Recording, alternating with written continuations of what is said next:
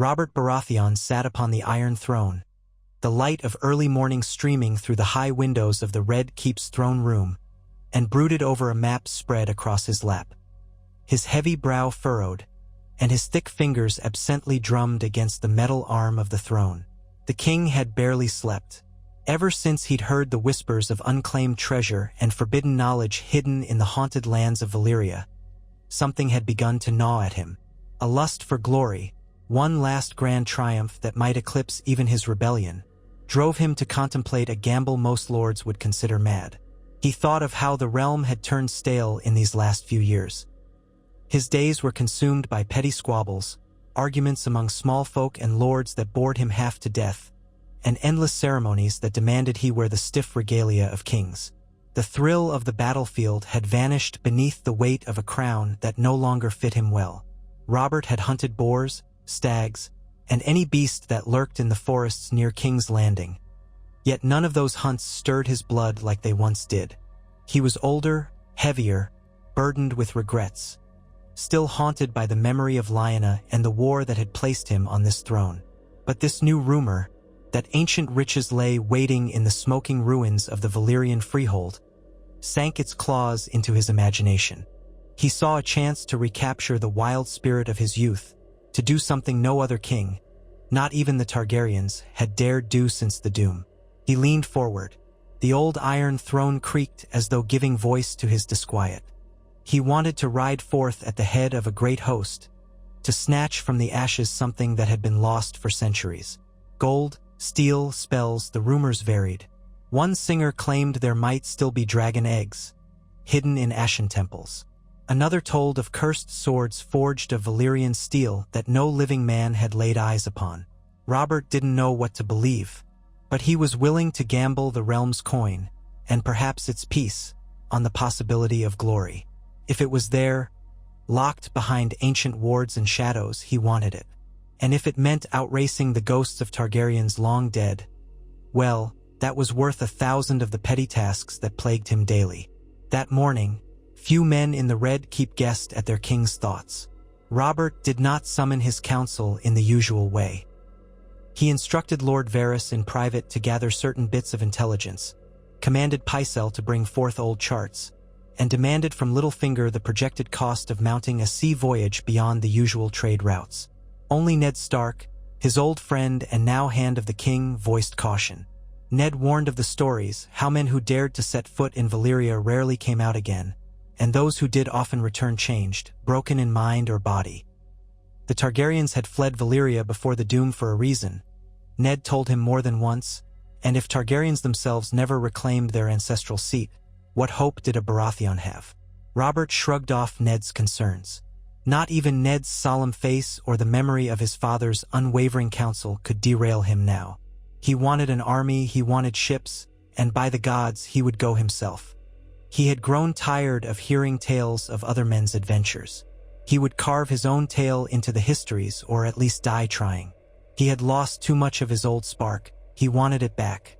When the day came to announce his expedition, the realm reacted with a mixture of awe and fear. Courtiers whispered that the king was half mad, that the gloom of the Red Keep and the wine had finally driven him into a reckless delusion. Others rumbled with excitement. Soldiers imagined spoils beyond counting, gold and steel from the vaults of a dead empire. Ambitious lords saw the opportunity for new lands, or at least the favor that might come with a successful campaign. The small folk heard only that the king planned to sail away, and many secretly prayed that he would not bring some terrible curse back with him. Nevertheless, preparations began in earnest. Dozens of ships were purchased or commandeered, thousands of soldiers outfitted in new livery bearing the crowned stag of House Baratheon. Word of the expedition spread, and knights as far away as Dorne and the Vale came offering their swords in the king's name. Months of gathering followed. Grain, salt beef, casks of fresh water and wine, arms, horses, and other supplies were collected in the bustling ports along the Blackwater. The king himself oversaw the loading of heavy ballistae and scorpions. In case of dragons, he joked. Perhaps it was half a jest and half an honest worry, for though the last dragon had died long ago, Valyria's name was still synonymous with that dread power. Everything about the venture was steeped in rumor and superstition. Lawless priests in the city babbled of fire and shadow, though most men paid them no mind, ignoring their chanting about waking flames. Old men recalled the stories of the doom, of molten earth, choking ash, and horrors better left unnamed. Ned Stark had little choice but to accompany Robert. He had no love for the sea or for what he considered reckless folly, but he would not abandon his friend to uncertain fate. The realm needed stability. If Robert fell to some monstrous fate in the smoking ruins, Ned wanted to be there to save him or, at the very least, bring back his body.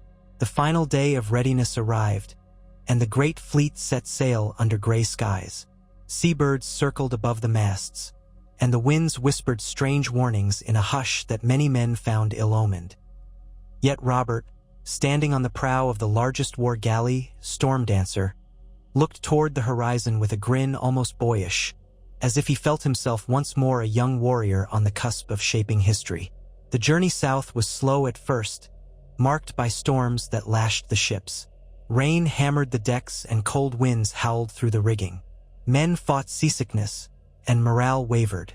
Yet whenever the clouds parted, Robert and the soldiers boasted of the riches they would find and the songs that would be sung in their honor. Robert demanded vast amounts of ale and wine be brought forth to bolster spirits, and in the evenings, the rowers and soldiers took turns entertaining one another with bawdy jests or feats of strength. Ned Stark did not join in, preferring to brood below deck, reviewing what few maps and accounts he possessed of Valyria's shifting waterways. As they approached what was once the Valyrian peninsula, the seas became fickle. Fog thickened around them, swirling as if guided by an unseen will. The very color of the water grew strange, sometimes shimmering with hues of orange or red in the gloom, and at other times reflecting an unsettling green light that seemed to emanate from the depths. At nights, distant flashes in the sky hinted at distant volcanic activity, and the stench of sulfur clung to the sails. Soldiers muttered of ghosts in the mist. Some men claimed to have seen shapes in the thick fog, dragons or worse. Robert dismissed it all as fear and fancy. In truth, something tugged at his own heart, an apprehension he could not name. He drank more heavily at dinner each night and insisted on hearing the old tales from Pycelle, who had joined the expedition. The Grand Maester, in his trembling voice, recounted the legends of Valyria. He spoke of how the freehold had spanned most of Essos, how its dragon lords lived like gods, binding fire and blood to their will. He recited the stories of monstrous experiments, of towers twisted with arcane energies, of labyrinthine mines that delved deep into the burning earth. He told of the doom in hushed tones, as if the name itself could call forth that ancient cataclysm. The earth splitting, mountains exploding with molten rock, flames raining from the skies, and entire cities swallowed by infernal ruin. Listening, Robert sometimes felt a tremor in his hand as he lifted his wine cup. Never would he admit that fear nibbled at the edges of his mind, but how could it not? Yet he also felt the spark of challenge. This was a foe no mortal had bested before. It was not a rebellious lord or a tyrant king. This was a dead empire of magic and wrath that had bested time itself. To face it, to claim victory even in some small way, would be a feat greater than any king before him had dared attempt. "I shall triumph where even the Targaryens could not," he boasted after a pitcher or three of wine. "I will wrench Valyria's secrets from the ash with my own hands if I must." Those words gave heart to some, while others exchanged uneasy glances, as though their king was flirting with doom. The final approach to the ruined capital was heralded by an eerie calm. The storms faded, the wind died, the sea's surface lay almost unnaturally still, reflecting the overcast sky like a dull mirror. A hush settled across the fleet. No one sang or boasted. The water was stained gray, and in the distance, faint silhouettes of broken towers rose from the sea like jagged teeth. The remains of Valyria's outskirts seemed to shift in the gloom. Parts of the land had been swallowed by the sea after the doom, and other areas had been choked by flows of hardened lava. Everywhere, the air tingled with an energy that set men's teeth on edge. Robert ordered a small scouting party to row ashore and look for suitable landing sites. The rowboat was filled with a dozen men, their expressions grim. He stood on the deck, arms folded over his broad chest, watching the small craft cut through the still waters, disappearing into the mist near the broken shore. Ned Stark stood beside him, silent. Time stretched. No one spoke for an hour. At last, a horn sounded from the gloom. It was a feeble note that drifted across the water, but it signaled that the landing was possible. Robert gave the order, and the first wave of men rowed ashore with torches and weapons ready. The stench that greeted them was that of stale rot, sulfur, and stagnant water left to fester for centuries. The ground was uneven, covered in grayish ash that puffed up with each footstep. In some places, the ash rose to a man's knees. Twisted bones of strange beasts littered the shoreline, half buried. The men advanced cautiously, forming ranks with their swords drawn. They glanced at the looming silhouettes of once mighty towers, now crumbled and blackened. The architecture that remained hinted at the grand scale of the city that had once been Valyria's heart. Columns as thick as ancient oaks, broken arches that soared overhead, mosaics of colored stone that still clung to the walls in places, and wide avenues choked by rubble. Yet there was no life, no sound but the rasp of their boots on the ash and the uneasy shuffling of their horses, which stamped their hooves and snorted at the sulfuric odor. Robert was among the second wave to land. Although his advisors begged him to stay on the galley, he refused. He took his warhammer, still the same weapon that had felled Rhaegar Targaryen on the trident, and strapped on a breastplate inlaid with the crowned stag. His footsteps were heavy as he strode ashore. Even in the ashen gloom, he cut a commanding figure. Men drew courage from his presence. Yet Robert felt a chill that had nothing to do with the temperature. He could sense a latent menace in the silent ruins, as though the shadows of centuries watched them from the corners of every blackened column. They made camp in a relatively open area near the remains of a broken aqueduct that jutted from the earth like the spine of a colossal beast. Fires were lit, and the soldiers huddled in clusters, each man casting wary glances at the darkness beyond the firelight. Ned oversaw the setting of sentries, instructing them to take no chances. Though there seemed to be no living foe around them, the night air carried a subtle, uncanny vibration that set hearts racing. Men started at every flicker of the flames, imagining half-seen shapes at the edges of their vision. Robert paced outside his tent. On either side, the banners of the crowned stag hung limp in the still air. He could taste sulfur on his tongue. From time to time, faint rumbles, like distant thunder, emanated from beneath the ground. The men squinted into the darkness, wishing for a wind to blow away the foul vapors clinging to the city's bones. No wind came. Instead, a suffocating haze settled over them, as if the land itself rejected their presence. At dawn, the king ordered patrols to explore the nearer ruins. He wanted to see with his own eyes if any of the rumored treasures, Valyrian steel, hidden vaults, or even relics of the Targaryens, could be found. Groups of knights and foot soldiers picked their way through the collapsed avenues. They discovered shattered statuary, partially buried in ash, depicting dragons in flight and figures robed in stylized flames. Some of the stone images were so lifelike they gave the men pause. A few knights swore the statue's eyes followed them. Others came upon old courtyards filled with half-melted columns of fused stone. One soldier found a mosaic floor depicting a massive, coiling dragon breathing fire over kneeling figures. Though cracked and faded, it still possessed a haunting beauty. Another group stumbled upon a sinkhole that glowed faintly from within, as if molten rivers still flowed beneath the surface. The heat emanating from that hole was enough to make them retreat in alarm. Robert himself joined a group that ventured deeper into what might have once been the administrative district of Valyria.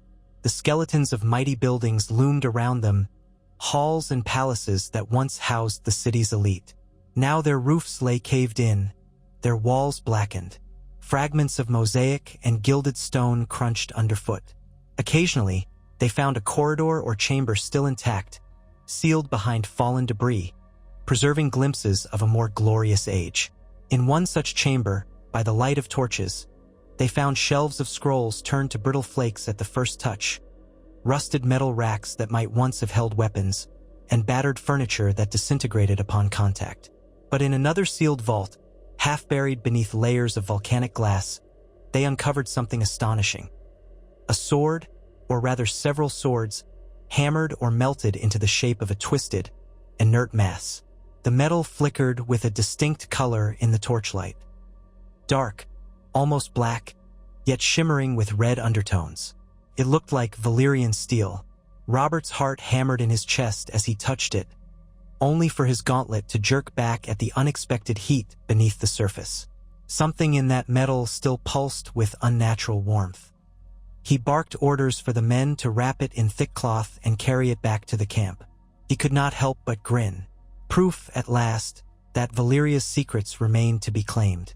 If he could find steel that was intact, weapons that were not warped by the doom, he would return to Westeros with a prize to rival any Targaryen heirloom. Through the following days, the expedition spread out further. The king directed squads to scout the perimeter, searching for vantage points and safer ground to move the bulk of the army forward. He wanted to establish a more permanent stronghold in the city's heart, but that proved more difficult than anticipated. The ground was treacherous. Sinkholes opened without warning, sometimes swallowing horses or entire squads. An ominous sense of being watched pervaded everything. Men reported nightmares of being burned alive or attacked by shadows wearing the faces of dragons. As the nightmares multiplied, morale withered. Even Robert found his sleep uneasy, though he refused to speak of it openly. After nearly a fortnight in the ruins, they found a relatively stable plateau of cooled lava at the city's center, dominated by an immense stone edifice that might once have been a temple or a grand library. Its entrance was adorned with draconic carvings that time and disaster had not fully effaced. Robert commanded that they clear the rubble blocking the massive bronze doors. It was an arduous task. Teams of men toiled with picks, hammers, and ropes to haul away the slabs of fallen stone. The entire time, a faint vibration quivered beneath their feet, as if some sleeping beast stirred deep below. When at last the doors were uncovered, they stood 20 feet high, sculpted with images of dragons devouring sons and men alike. The metal was etched with swirling script in High Valyrian. Pycelle did his best to decipher what the script might mean, and gleaned that this building had something to do with the binding of powers. Whether it was a magical phrase, a religious motto, or a purely decorative inscription, he could not say. Robert wanted it open. He strode forward and demanded the door be forced. The metal groaned and shrieked as crowbars and the strength of a dozen men fought to pry it open. Finally, with a tortured scream of metal, the doors gave way, revealing a black maw within. Torches flickered as they advanced inside. The air was stale and suffocating, and the thick dust swirled in the torchlight. Columns rose on either side, carved with intertwining serpents and dragons. The floor was lined with polished obsidian tiles, many cracked or missing. Statues of robed figures stood at intervals, each wearing an ornate mask shaped like a dragon's visage. The deeper they ventured, the more the hairs on the back of each man's neck stood up.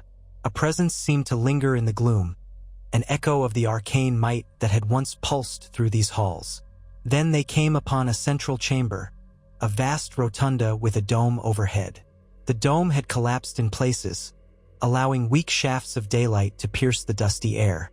In the center of the floor lay a circular mosaic of black and red stone, a swirling motif that radiated outward like a spider's web of flame. Pycelle knelt to examine the mosaic, brushing away soot with trembling hands.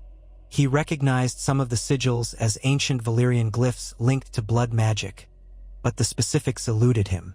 Robert stared down at it, transfixed. He felt an inexplicable tension coiling in his chest, like the hush before a storm. One of the knights, emboldened by curiosity, stepped forward with a torch to examine a dais at the far end of the room. On it lay a large pedestal, carved from a single massive block of obsidian. Atop this pedestal rested an intricate stand of fused Valyrian steel, shaped somewhat like a twisted tree or a cage. Resting in its cradle was a single dark orb. It was as big as a man's skull, black with veins of red running across its surface. At first glance, it might have seemed like a large stone, but as the torchlight played over it, the orb seemed to drink in the light and send out a faint shimmer of its own. It looked, unmistakably, like a dragon egg or something akin to it, a twisted relic from an age of sorcery. Robert approached it, heart pounding.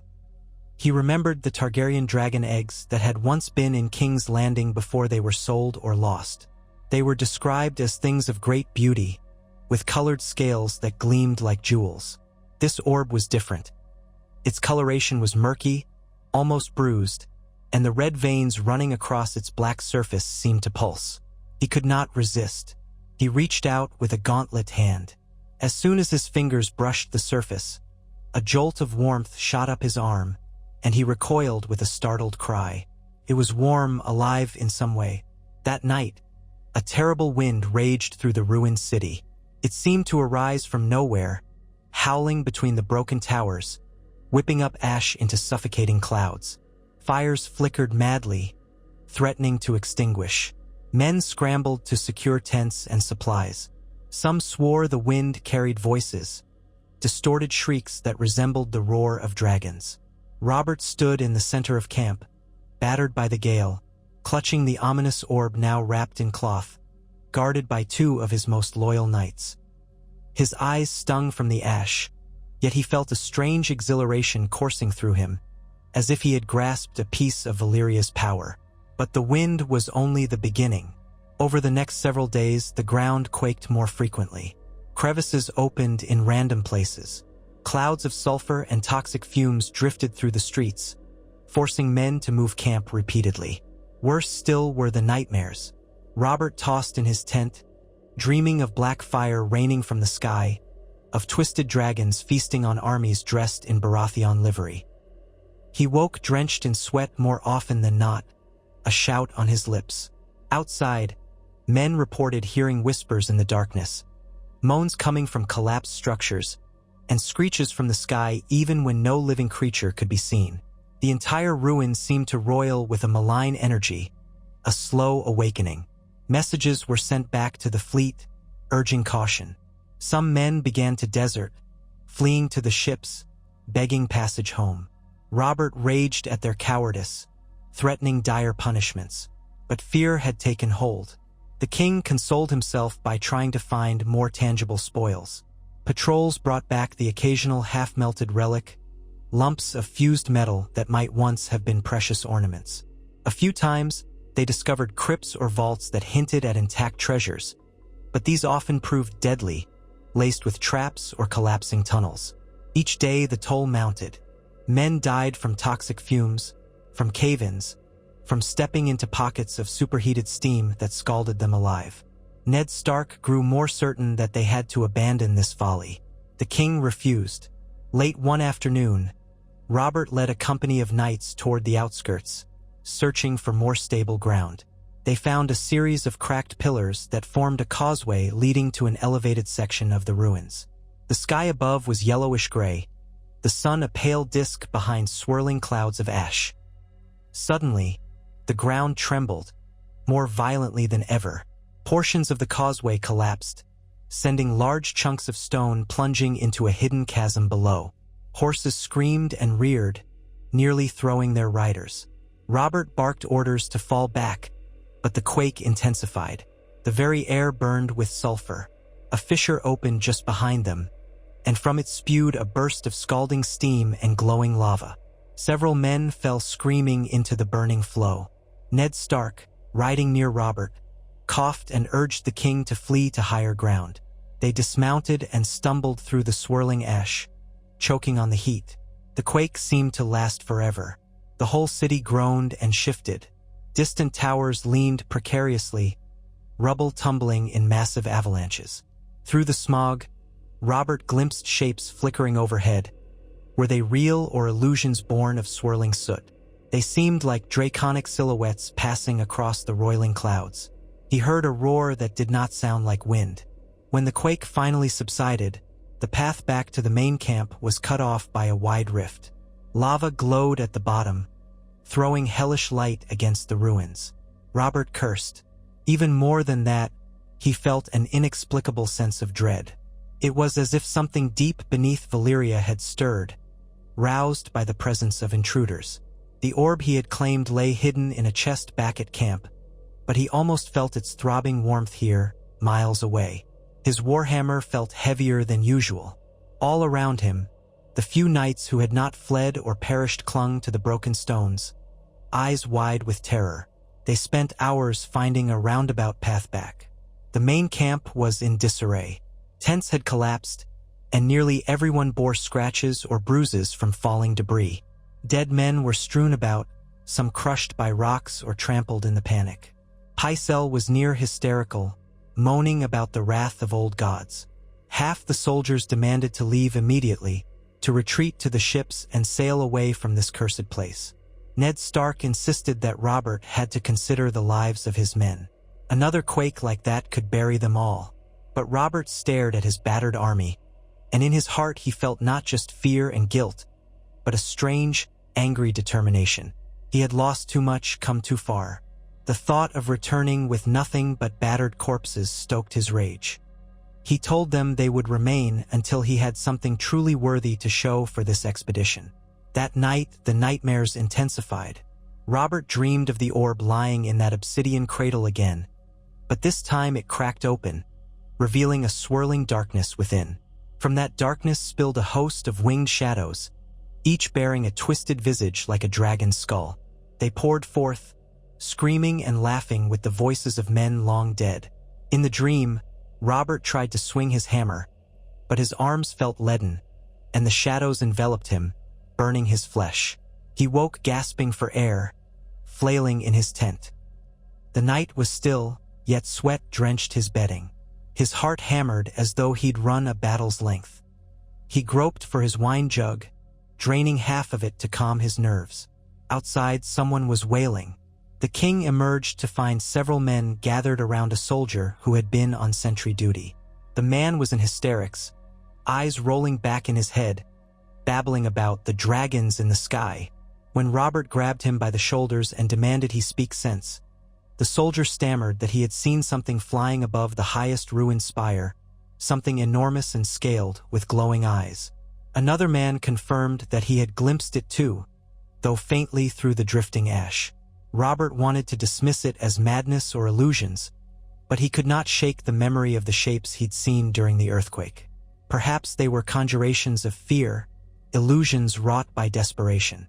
Yet something in the air felt undeniably alive, malevolent, as if the entire city were a breathing entity bent on their destruction. At daybreak, new word reached them. One of the outlying patrols had discovered a structure that remained oddly intact, an underground vault near what might have been a grand palace. The area around it was less unstable, and the patrol reported glimpses of metal glinting in torchlight. Robert saw his chance. Perhaps here lay the true seat of Valyria's wealth, or the resting place of its greatest secrets. With a dogged resolve, he ordered a large contingent of men to join him. Ned again pleaded that they reconsider, that the men were terrified, that the city was literally collapsing around them. But Robert was not to be swayed. He insisted that once they had scoured this vault, they would depart, with enough treasure and knowledge to make the entire realm sing songs of their boldness. They set out at midday, navigating the broken streets. Smoke and ash choked the sky, turning the sun into a feeble red disk. The very light seemed sickly, casting the ruins in a perpetual dusk.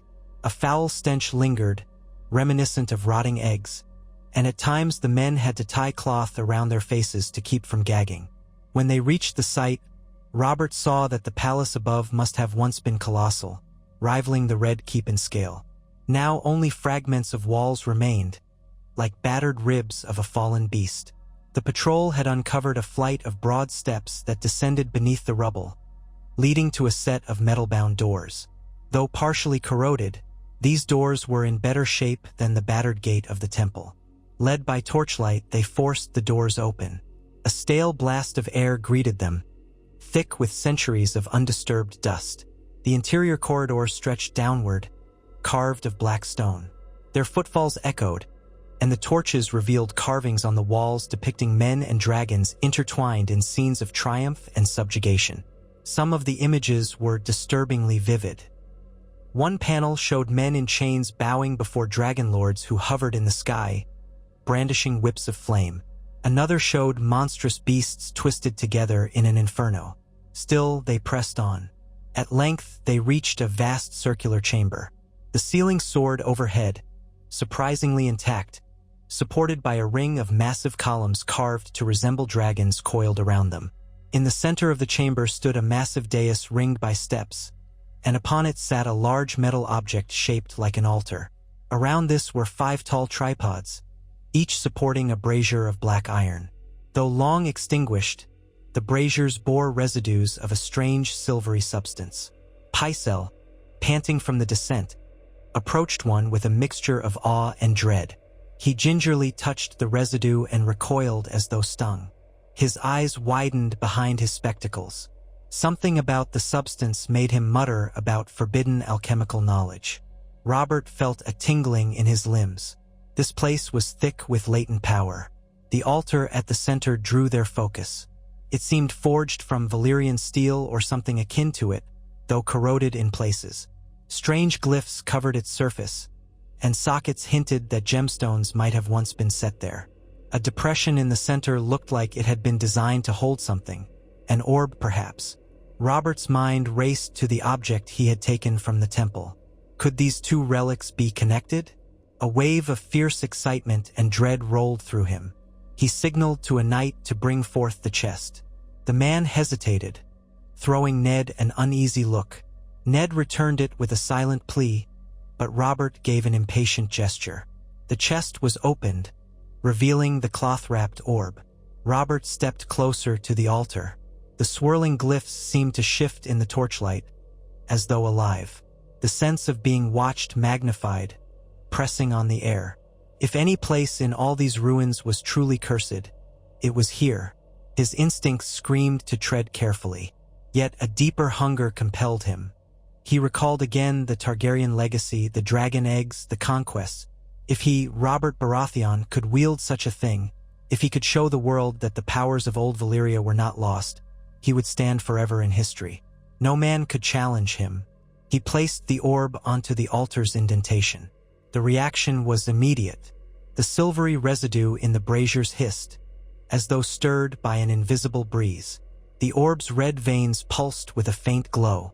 The glyphs on the altar shimmered a dull crimson. Men stepped back, crossing themselves or whispering prayers.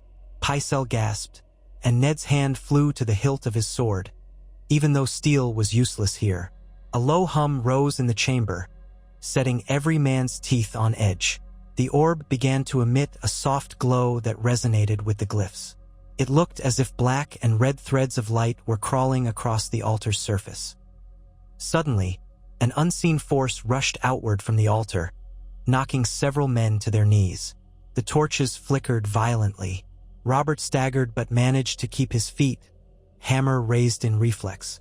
The braziers flared to life with ghostly flames, silver and black, dancing in unnatural patterns. The orb's veins brightened, beating like a heart. Whispers slithered through the chamber, unintelligible words in High Valyrian or something older. For a moment, Robert saw a phantom image, a slender figure dressed in Valyrian robes, masked like a dragon, arms raised to the orb. Then the vision dissolved into swirling darkness. The men's shouts and curses echoed in the confined space. Some tried to flee, but the chamber's entrance seemed to warp, the corridor receding into darkness. Robert shouted over the chaos, telling them to hold their ground, though his own chest was tight with terror. The humming intensified, a wave of pressure building in the air. Cracks appeared on the altar's surface, oozing a crimson luminescence. It was as if the stone bled light. The orb began to pulse faster, a frantic heartbeat that filled the air with a thrumming vibration. Then came a thunderous crack. Part of the ceiling collapsed in a burst of debris, letting in a torrent of ash and swirling air. One of the columns toppled, crashing onto the dais, shattering 2 of the braziers. A swirl of silver flames shot upward. In the confusion, Men scattered, shielding themselves from flying stones. At the same instant, a blast of scorching air lashed the chamber. Through the new gap in the ceiling, they glimpsed the sky turned red as blood. Something huge and serpentine passed overhead, roaring with a sound like breaking metal. The orb flared brilliantly one last time, then went dark. Silence fell, broken only by the groans of injured men and the hiss of dust settling. Robert coughed, stumbling to his feet. He saw the altar cracked wide, the orb resting precariously, its surface now spiderwebbed with lines of dull red. A stench of brimstone and charred air filled his nostrils. The braziers that still stood flickered with dying flames. Pycelle was on his knees, trembling with shock. Ned was beside him, face pale, though he had escaped serious harm. Several men lay unconscious or pinned beneath rubble. Robert's ears rang. He felt an inexplicable wave of dread, stronger than ever before. He turned his gaze upward to the ragged hole in the ceiling, where swirling red clouds churned. Had something emerged from the city's depths? A fresh quake jolted them, weaker but still enough to send more dust raining down. With urgent shouts, Ned ordered the surviving soldiers to help free those trapped under debris. Robert grabbed the orb, ignoring the burn in his gloves as it scalded his hands through the leather. He would not leave it behind, not after all he'd sacrificed. The group staggered back up the corridor, carrying wounded men, hearts pounding, uncertain if the entire vault would cave in at any moment. They emerged into the open, only to find the ruins transformed into a scene from nightmares. The ash-filled sky had taken on an ugly red hue. Sporadic fires dotted the cityscape, and plumes of smoke twisted in serpentine shapes. The wind howled with an unearthly timbre. Robert looked overhead and felt his heart seize. In the swirling clouds, he glimpsed massive shapes, as if winged beasts circled in the gloom. He could not say if they were illusions or horrors made flesh. A roar reverberated through the ruins. Soldiers panicked, some fleeing in all directions, others dropping to their knees. Valyria, it seemed, had awoken to new life, malevolent and vengeful. Retreat turned into a frantic scramble. Robert's leadership, Ned's calm commands, and the discipline of the knights could scarcely keep the army from devolving into chaos. Men screamed about seeing flaming specters in the ruins, illusions of robed dragon lords beckoning them into collapsed archways. Others fled from columns of searing steam that burst unpredictably from cracks in the ground. There were glimpses of horrifying apparitions that might have been half-formed draconic beasts or ghosts of beasts. Above all, the oppressive sense of a living darkness weighed upon them, a primal force that made the air itself feel alive with hatred. Robert led as many as he could back toward the shoreline, where the fleet awaited. Daylight should have been on their side, but the sky was so choked with ash that it felt like perpetual twilight. Pycelle muttered broken prayers. Ned's face was grim, set in the determined lines of a man who had seen war, but even he showed flickers of fear at the roars echoing overhead. And Robert himself felt the burden of what he had unleashed. In his hands, wrapped in charred cloth, was the orb, now giving off an occasional red pulse as if it still lived. A fierce storm whipped across the shoreline, waves crashing angrily against the rocky beach. The king spied the silhouettes of his ships, outlines in the swirling gloom. Surging forward, he urged the men to board, to cast off before the city devoured them. Many of the ships were not prepared. Crews had run ashore, expecting to wait for a more orderly departure. Now they scrambled to raise sails and weigh anchors, eyes darting to the swirling clouds overhead. A few ships tried to pull away from the shore too soon, leaving stranded men to wail in desperation. Robert's personal galley, Storm Dancer, remained anchored, as Ned had left orders to hold it until the king returned. Robert charged up the gangplank, shouting for the men to take their positions. The wind buffeted them, and the stench of sulfur thickened. The deck was soon crowded with battered survivors stumbling aboard. From the shore, more men poured out of the ruins, chased by illusions or real horrors. None could say which. The city behind them groaned as if in fury. As they pushed off from the shore, a final, gut-wrenching quake shook the peninsula. Parts of the ruins collapsed, towers crumbling in titanic avalanches, sending columns of ash billowing skyward. Lightning forked overhead, bright and greenish in hue, illuminating the monstrous shapes swirling in the clouds. Thunder boomed like the roar of 1,000 dragons. Some men crossed themselves or called on the seven. Others, who once laughed at lawless priests, whispered pleas to the Lord of Light to hold back this darkness. With sails half lowered and oars working furiously, Storm Dancer and its sister ships inched away from the cursed shore, battered by waves turned choppy from the roiling weather. At last, the fleet managed to pull away from the immediate danger of the collapsing coast. But the horrors did not cease. The sky remained aflame with bizarre lightning. The wind howled, and illusions of shapes circled overhead. One ship at the far end of the line suddenly burst into flames, as if a dragon's breath had engulfed it. Screams carried across the water, and the rest of the fleet watched in helpless terror as the blazing vessel sank beneath the waves, leaving only a wreath of smoke on the churning sea. Darkness fell, though it was hard to tell when day ended and night began. The storm hammered the ships, each wave threatening to tear them apart. Lightning provided the only illumination, revealing glimpses of writhing shapes in the clouds that seemed to mock the fleet's escape. Men huddled below decks, praying, or sat with weapons clutched in numb hands, as though prepared for an enemy that might swoop down from the heavens.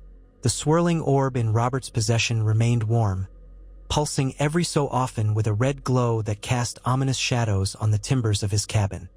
Seasickness plagued many, and the strain of all they had endured made for a grim voyage. Ned pressed Robert to throw the orb overboard, to rid them of this cursed thing that seemed to have awakened Valyria's wrath. Robert, furious and torn, nearly relented. But each time he came near the chest that held the orb, some force tugged at him, fueling his desire to keep it. He argued that if they discarded it, all their suffering would be for naught. At least with it, there was the potential for knowledge, perhaps an edge against their enemies. Ned looked at him with alarm, seeing not just stubbornness but a hint of obsession in Robert's eyes. Yet for all his protests, Ned could not bring himself to tear it from the king's grasp by force. There was still a bond of friendship, and Robert was still his king.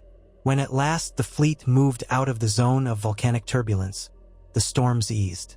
The clouds remained dark, but the lightning lessened, and the sea calmed enough for them to take stock. Of the dozens of ships that had sailed to Valyria, nearly a third were gone. Thousands of men were dead or unaccounted for. Many who survived carried grievous injuries or were driven half-mad by terror. Some babbled of dragons overhead, others of fiery ghosts in the waters. Robert's heart was heavy with guilt, though he tried to mask it with anger and bluster.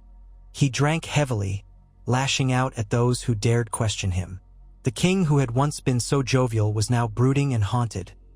His face pale, eyes rimmed red from lack of sleep. He still clutched the relic that had triggered these horrors. As they journeyed home, rumors spread among the men that Robert had unleashed some dreadful power, that Valyria's ancient ghosts would follow them back to Westeros. Fear turned to resentment, and some whispered treasonous thoughts, that the king had grown unfit, that he was cursed. Captain after captain reported horrific nightmares among the crew, filled with images of scaled monstrosities rising from the sea to drag them under. Occasional storms hammered them, though not as fierce as before, but the men saw ill omens in every black cloud. Even with the worst behind them, the expedition felt as if it remained under a dreadful pall. At last they reached the Blackwater Bay. Seeing the familiar cliffs and the walls of King's Landing should have been a relief. But the mood was somber. News of their approach sparked curiosity and worry in the capital. The battered ships limped into port, sails torn, hulls scarred. Soldiers disembarked, gaunt and haunted, bearing wounds that defied explanation. Courtiers and small folk gathered to witness the king's return, expecting trophies and triumph, only to be greeted by silence and dread. Ned Stark rode beside Robert in the procession back to the Red Keep. The king's face was dark. He could practically taste the realm's shock and the questions that would soon come. Word spread like wildfire. Nobles buzzed about the king's reckless expedition, the catastrophic losses, and the bizarre tales whispered by survivors. Some wondered why the king had chosen to keep secret the full extent of his plan. Others wrung their hands, fearing that Robert had provoked ancient forces better left undisturbed. Whispers circulated of a curse, of dragons awakened, of storms conjured by black magic. The small folk gaped at the returning soldiers, many too traumatized to speak coherently. Meanwhile, Robert sequestered himself in his chambers, orb in hand, refusing nearly all visitors except Ned, Pycelle, and a handful of trusted knights. What transpired behind those closed doors was the beginning of a crisis that would shake the Seven Kingdoms. Robert was not the same man who had sailed away months ago. His bravado had turned inward, twisting into paranoia. Some nights, the entire castle would wake to his screams. Others found him pacing the halls at odd hours, as if searching for something. Rumors said he had taken to placing the orb on a stand near his bed, studying it by candlelight, even pressing his ear to it as if listening for a heartbeat. The Red Keep began to feel like a place under siege from within. Ned tried to reason with him, urging him to destroy or hide the relic. Pycelle, consulting musty tomes, offered dire warnings about curses that lingered in Valyrian artifacts. Yet Robert clung to it with a desperate fervor. He insisted that it was his trophy, that it might be key to forging new alliances or new weapons. He would not let the Targaryens' legacy overshadow him. He was King Robert, the usurper who had toppled a dynasty of dragon lords. Why should he fear their ghosts? As time wore on, unnatural events plagued the Red Keep. Small tremors were felt in King's Landing, rattling plates and fraying nerves. Fires broke out in odd corners of the castle, with no apparent cause. A scullion swore she saw shadows with glowing eyes slither across the floor. Storms battered the city even in fair weather seasons, each gale accompanied by strange lights in the sky. Some claimed the orb glowed faintly at these times, as if in resonance with distant echoes from Valyria. The unrest soon spread beyond the castle walls. The small folk whispered that the king was cursed. Religious zealots appeared in the streets, decrying black magic and calling for the relic to be destroyed. Loyalties wavered among the lords. Rivals who had once feared Robert's strength now scented weakness. They saw opportunity in the king's obsession and the realm's growing anxiety. Distant lords began to voice discontent, claiming that the crown's resources had been wasted on a doomed expedition. Tradesmen complained that the fleets were depleted, shipping lanes disrupted. Even in the capital, resentment simmered. A more subtle terror gnawed at the edges. Nightmares reported across the realm, always the same themes of swirling darkness and flaming skies. Ravens carrying messages from the Riverlands, and the Reach mentioned an inexplicable tension in the air. Crops wilting, animals spooked. Though no one could prove a connection, the blame fell on the king's interference with Valyria's secrets. "He has brought a shadow upon us all," whispered many. In the Red Keep, Robert's hold on sanity slipped further. The orb seemed to exude a malignant influence, or so Ned suspected. The king drank more than ever, lashing out at his council, commanding the city's alchemists to experiment with the relic, to see if it could be used to craft new weapons. One ill-fated attempt ended in a catastrophic explosion that rocked the dungeons, killing several pyromancers. The relic remained unscathed, as though mocking their efforts. Each disaster eroded Robert's authority. Ned, distraught, met in secret with a few loyal allies. He confided his fears that the relic was poisoning the king's mind, that Robert was under the thrall of dark forces. Varys listened with concern, hinting that many in King's Landing believed the king was no longer fit to rule. The realm teetered on the brink, and new whispers spoke of civil strife. Ned felt trapped by loyalty and love for his friend, but also by the knowledge that if Robert continued on this path, the entire realm might face doom. He devised a plan to remove the orb secretly, to cast it into the sea or bury it where no one would ever find it. But Robert guarded it fiercely, keeping it by his side day and night. Just when tensions could grow no thicker, new rumors drifted in from the sea. Fishermen claimed they had seen lights in the sky near Valyria, dancing shapes that soared above the smoking waters. One vessel returned with a single survivor who spoke of a monstrous winged shape attacking them, belching green flame. Most dismissed it as a sailor's fancy, the ravings of a broken mind. But the rumors persisted, multiplying. Soon there were stories of entire ships vanishing in the vicinity of the smoking sea, glimpses of black wings in the storm clouds. Robert responded with violent denial.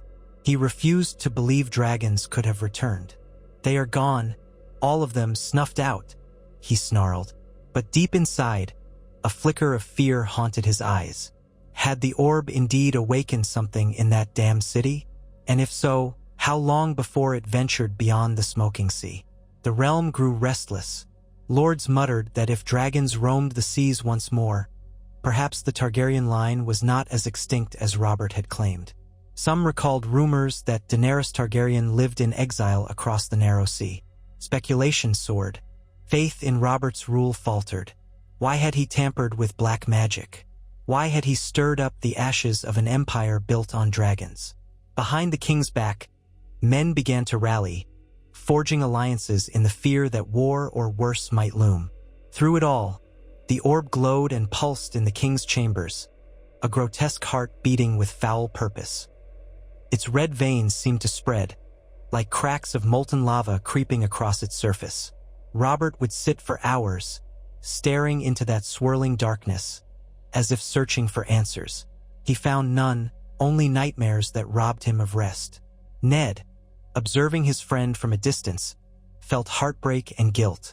He wished he had done more to stop this madness before it consumed them all. Whispers traveled through the corridors that Robert might soon proclaim something truly unthinkable. He might try to hatch the relic, or harness its powers to quell rebellion. Some alchemists insisted the orb was merely a mutated dragon egg, and that with the right rites, blood magic, fire, and certain Valyrian incantations, it could be brought to life. If Robert believed this, he was sliding deeper into a pit of madness from which Ned feared he would never emerge. Night fell on King's Landing under swirling clouds that mirrored those over doomed Valyria. A hush blanketed the city. The king's chambers were lit by a single flickering brazier. There, Robert stood in his armor, warhammer leaning against the wall, scowling at the orb perched on a table. Dripping candle wax formed a halo of dull glow around it. The air felt thick, charged with an unnatural tension. At times, Robert imagined he heard the beating of wings just outside his window, or a faint screech that vanished when he turned.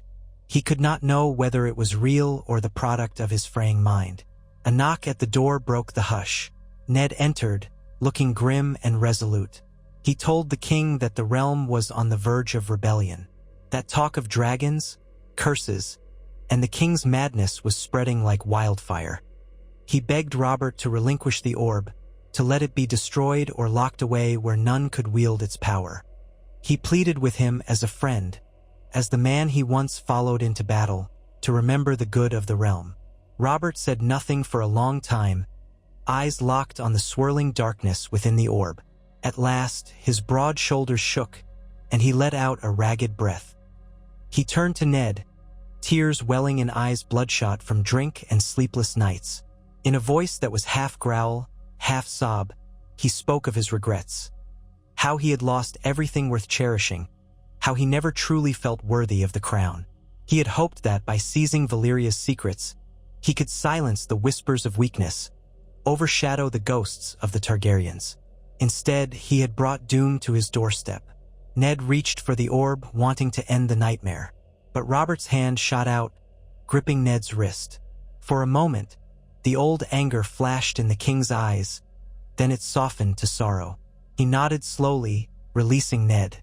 "Do it," he whispered. "But if this kills me or drives me mad, let the realm remember I tried to protect it in the end." Before Ned could lift the orb, a tremendous bolt of green lightning burst across the sky, momentarily lighting up the entire chamber. The orb flared in response, bright red. It pulsed violently, and a shockwave of unseen force threw both men off their feet. The braziers extinguished, plunging the room into near darkness save for the orb's crimson glow. A roar, eerily like a dragon's, reverberated through the stones of the Red Keep. Outside the window, storm winds howled, rattling the shutters. Robert and Ned scrambled upright, hearts hammering. Guards barged in, torches flickering, eyes wild. The orb's glow faded slowly, but the sense of presence lingered, thick and oppressive. Lightning continued to flash beyond the tower walls, each burst illuminating the fearful faces of the guards. The castle seemed under siege by a storm from another world. In the corridor, frightened servants whispered that the shape of a dragon had been seen in the sky, green flames dancing from its maw. The city below echoed with terrified cries. Ned seized the moment of confusion.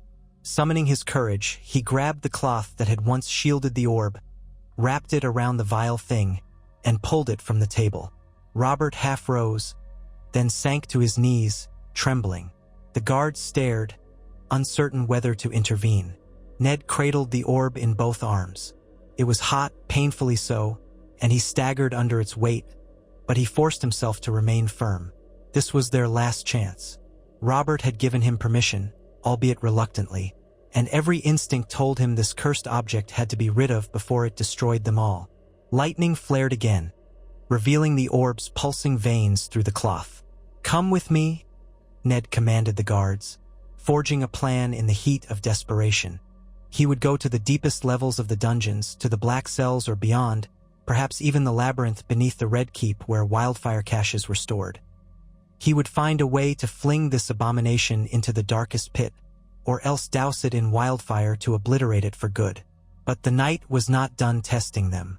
As Ned led the group through the corridors, the orb flared brighter, almost leaping in his arms like a living thing. The castle walls groaned, shaken by the storm.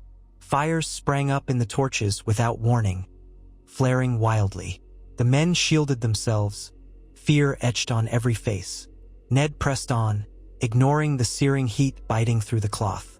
He pictured Caitlin, his children in Winterfell, the entire realm trembling under the threat of war and black magic. He would not fail them. Behind him, Robert stumbled after the group. He was breathing heavily, calling out to Ned in a strangled tone.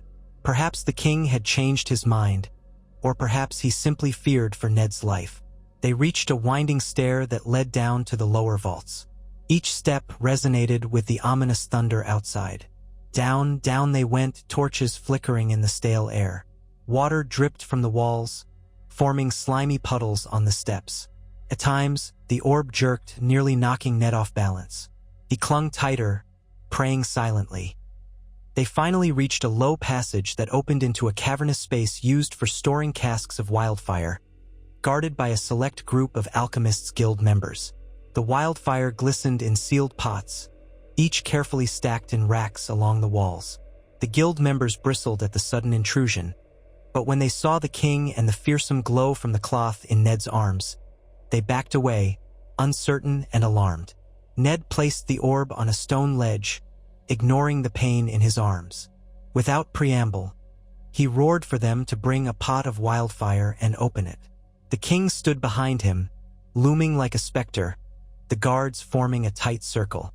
Though the guild members shrank in horror at the demand, they complied under threat of the king's guard. One of them cracked open a pot, the volatile green substance shimmering in the torchlight. The combined stink of alchemy and the orb's sulfurous reek was nearly unbearable. With a trembling hand, Ned signaled them to tilt the pot, letting the thick wildfire ooze out. He planned to coat the orb, then ignite it. He steeled himself for a possible explosion that might consume them all, but better that than letting this cursed relic survive. Before the substance could fully pour over the cloth, the orb convulsed. A wave of invisible force slammed outward, toppling men and scattering the pot. Wildfire splashed onto the stones, hissing and spitting flame. In the green glare, Ned caught a glimpse of the orb itself. Cloth burned away, veins throbbing like angry serpents. Sparks danced around it, as if it were trying to repel the fire. The entire chamber lurched. One of the racks of wildfire pots teetered dangerously. Robert bellowed for everyone to get down. The orb's surface ignited with a bizarre black flame that crackled with red sparks. Wildfire was splashing across the floor, igniting in patches of greenish flame. The smell was horrendous.